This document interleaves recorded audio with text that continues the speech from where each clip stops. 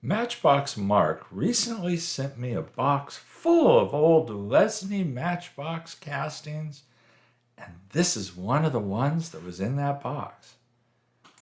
Not only did he send the casting, but he sent a parts kit that goes with it that I would have needed, and a decal for it. So it was almost like a restoration kit. Be sure and check out Mark's YouTube channel. Matchbox Mark has been around for a while. I think he's been around as long as I've been around here. Maybe he's been around even longer. Um, but he's a wonderful member of the community, and it was a very generous gift, that box of castings. And I couldn't wait to get to this one to restore it. Not only because he gave me everything I needed to do it, but I had this casting as a kid. And this casting really brings back fond memories. Uh, when I was a kid, I didn't really get to play with the Matchbox cars as much as I would have liked. I remember my mom saying those I had to be careful with because they were from England, which allowed me to keep most of those castings in pretty good shape until this day. My Hot Wheels, oh, I beat the hell out of those. There's probably still some buried in the backyard. I probably should get a metal detector out one of these days and see if I can find any. Um, but for this one, the body itself is in great shape. You know, the paint was worn, as you saw earlier. The axles are rusty. So I had to go through it and get the pieces apart. Using the little handheld Dremel tool, I take the edge off one end of the axles and basically proceed to get the tires off the axle. And then, I'll basically strip it all down. Here's the body after it's been in citrus strip. Cleans up really nicely. There's a single post at the front of the casting, as you see here. There is another posting that held the glass in place. But just a single post that holds the front or holds the base in place, and there's a notch at the back that holds the back end. I did drill this and tap it. For this, I needed to use the smaller 172 screws. The 256, that post in the front is very small, so there would be no way to get the 256 screw to work on that. So the 172, kind of like in the situation with the old Hot Wheels castings, the posts are just so ridiculously small, you have to go with the smaller screws. So once it's drilled and tapped, I throw a screw in there just to make sure everything's okay. You may notice paint on the top of that screw already.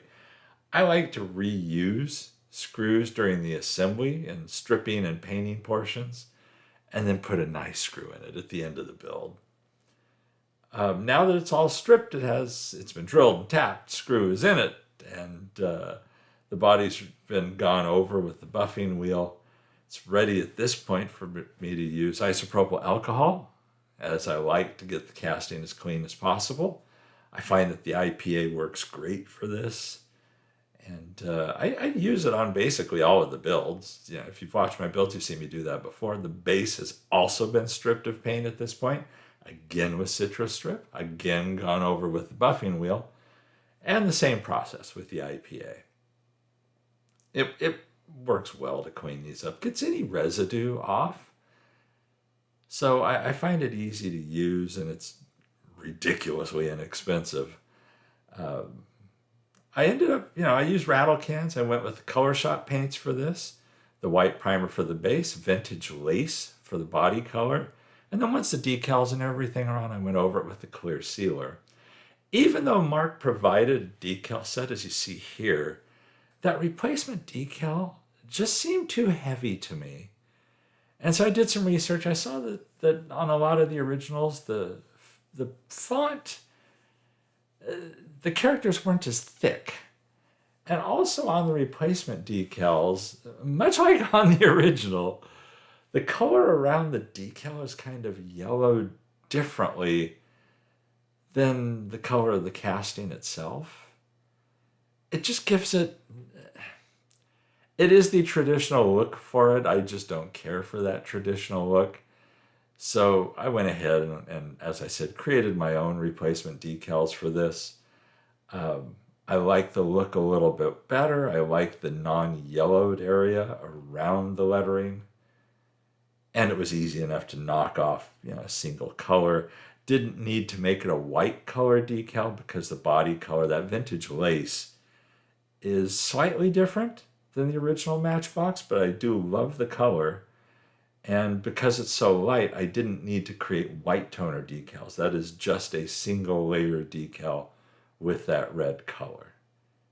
So looking at it there, I'm pretty darn happy with the decal. The glass, it was dirty. I washed it off, but as I'm trying to show there, and you can't see it all that well, but the edges at the bottom of the glass were very finely cracked, very brittle. And so I didn't even want to polish the glass. It didn't seem to need to be polished, so I didn't do it. And I knew that the nice thing about gauzy is compared to a pledge coating, which I have a jar of pledge here too that I use occasionally. But the gauzy itself is a heavy coat. And I knew that gauzy would give that glass a lot of extra strength, which it did. I was hoping for that. And once this thing dried up, and I dunk it in the gauzy, wick off the excess, and then set it off to the side to dry. And it doesn't take all that long for it to dry. I let it dry overnight, always. That's just my process. But typically within a few hours, it's ready to go. But the gauzy was heavy enough to really thicken up the bottom of the glass, at which point it didn't seem brittle at all. So that was a very pleasing thing that the gauzy coat really gives to glass. So there I cover it because, there's dust and stuff flying around. Time to clean up the rusty axles. At that point, they had been, the base had been dunked in vinegar for a while to help get the rust off, to help clean them up a little, which it did.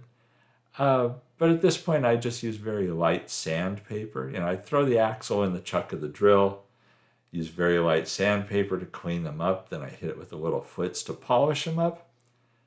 And then it's just a matter. I did wash the tires, the wheels and tires. When I go to put them back on the axle, I try and look to see, which side is best. It seems like most of the time there's one side that looks better than the other side, if it's from playwear or whatever. But I try and choose the best side to be the outward side. Get those on the axle. During a recent DX Exchange live stream, one of the members there said that he was still kind of learning or having a hard time tapping the axles to round them back over. And here you see the accessory kit that I couldn't believe Mark included that too. Back to the axles, what I ended up doing on these axles, just to try it out, to see how well it worked, rather than rounding them over with a small hammer.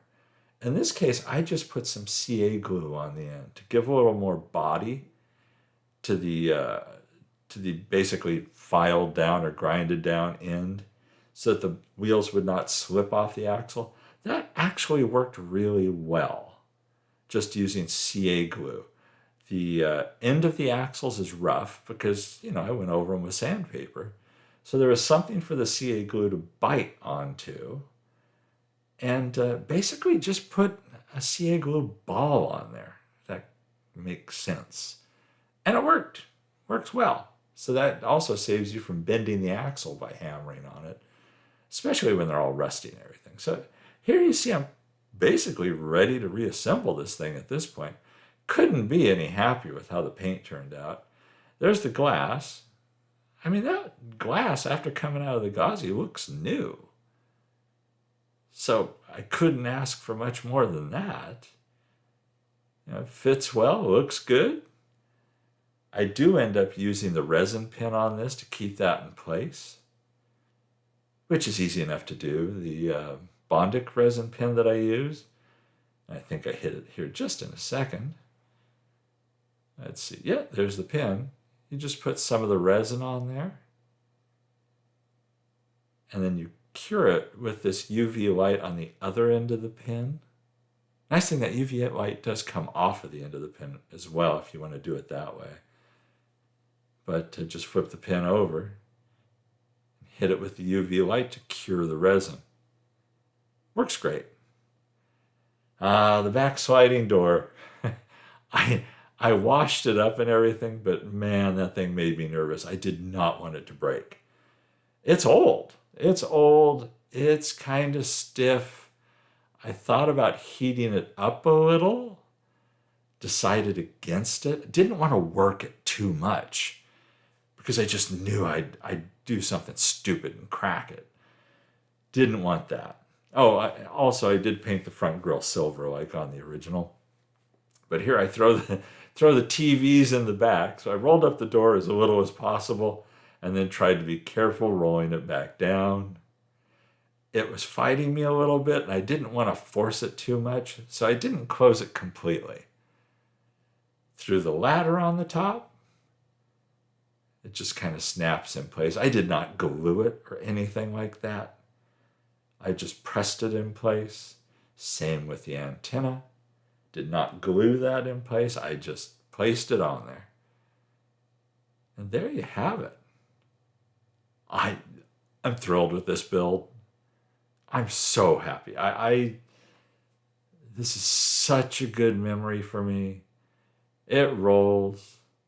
Here you see the original casting that I received from Mark and the accessories. Mark, that was really too much. I truly appreciate it. And it made me really anxious to work on this because I had everything I needed right there. It was a wonderful gift, and I truly appreciate it. And it really fired me up to do this build. I'm so happy. So here you see how it started out. It was in rough shape. The body itself was in great shape. It's just, it's lost a little paint here and there. And here you see where we ended up. And like I said, I'm thrilled. I hope, almost lost it off the turntable. You see the decal set. I like the fact that it doesn't have like the yellowed area around the lettering like you see on virtually every other one. So as far as it being a true restoration, maybe not, but it's my restoration and I'm happy. I hope you like this build as much as I like this build. I hope this brings back fond memories for those of you who are my age. It's great. Matchbox Mark's YouTube channel. I will put a link to it in the description of this video. Please go check him out. He does wonderful restorations. Everybody, I hope you enjoyed this. Stay safe and healthy out there. Thanks for watching, and I'll catch you in the next one.